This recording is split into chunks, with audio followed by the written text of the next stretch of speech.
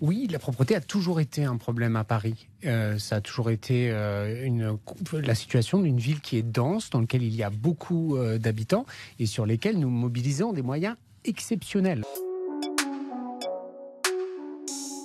Nous expérimenterons au cours de ce mandat d'autres manières de faire vivre la démocratie parisienne.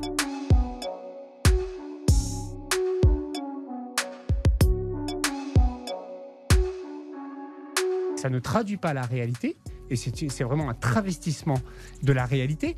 Et deuxièmement, c'est une attaque politique et donc nous voulons aussi la dénoncer pour défendre les agents du service public et défendre la beauté de notre vie.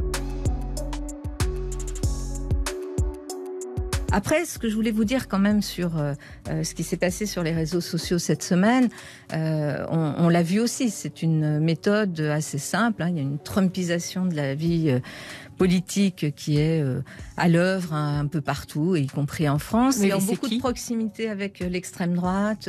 Et là, je crois qu'il faut aussi se doter d'outils, ce qu'on fait tous, pour essayer de voir lorsqu'il y a une campagne très orchestrée sur, je dirais, notamment les réseaux Twitter, pour voir quelle est la part de réalité et quelle est la part de faux. Je lui réponds que malheureusement, la seule responsable de ce mouvement de colère des Parisiens sur les réseaux sociaux, la seule responsable de ce hashtag, c'est la maire de Paris elle-même. C'est-à-dire que si on avait à Paris des rues qui étaient entretenues, des rues qui étaient propres et un cadre qui était agréable, on n'aurait pas ce vent de colère et ce cri de colère finalement des Parisiens sur les réseaux sociaux.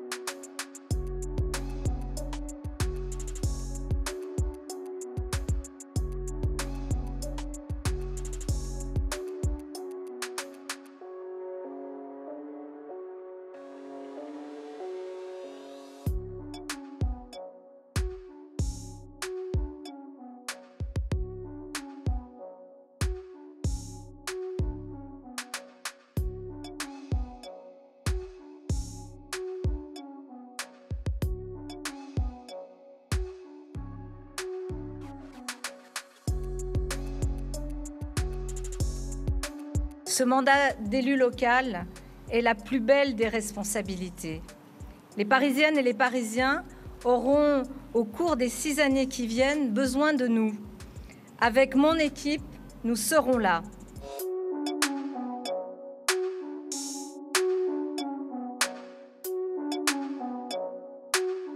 Et c'est vrai que je vois, en étant maire de Paris, réélue, en ayant aussi une expérience politique, je pense qu'effectivement, on est en capacité, je suis en capacité d'aider à ce rassemblement.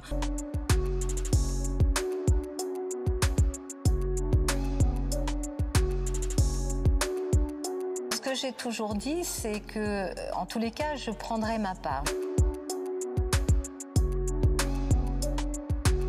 Anne Hidalgo ne fait pas mystère de ses intentions et voir grossir le passif d'une gestion qui met en cause sa capacité à administrer la capitale et à y lutter contre les incivilités, l'insécurité, à respecter ce qui fait le patrimoine et une partie de la mémoire des Français.